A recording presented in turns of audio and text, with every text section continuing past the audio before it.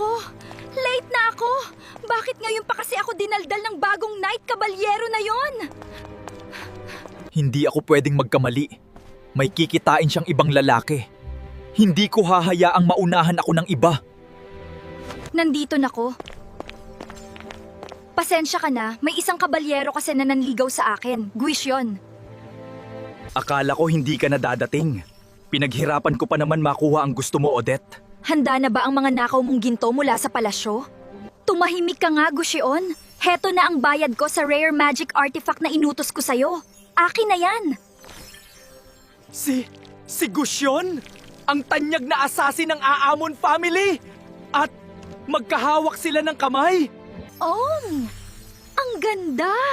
Kayang-kaya na nitong i-boost ang magic damage ko. Worth it ang ginto. Aray!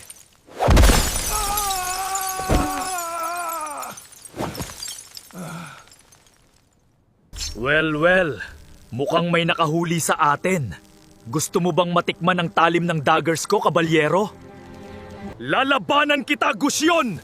Huwag mong paglaruan ang puso ng prinsesa!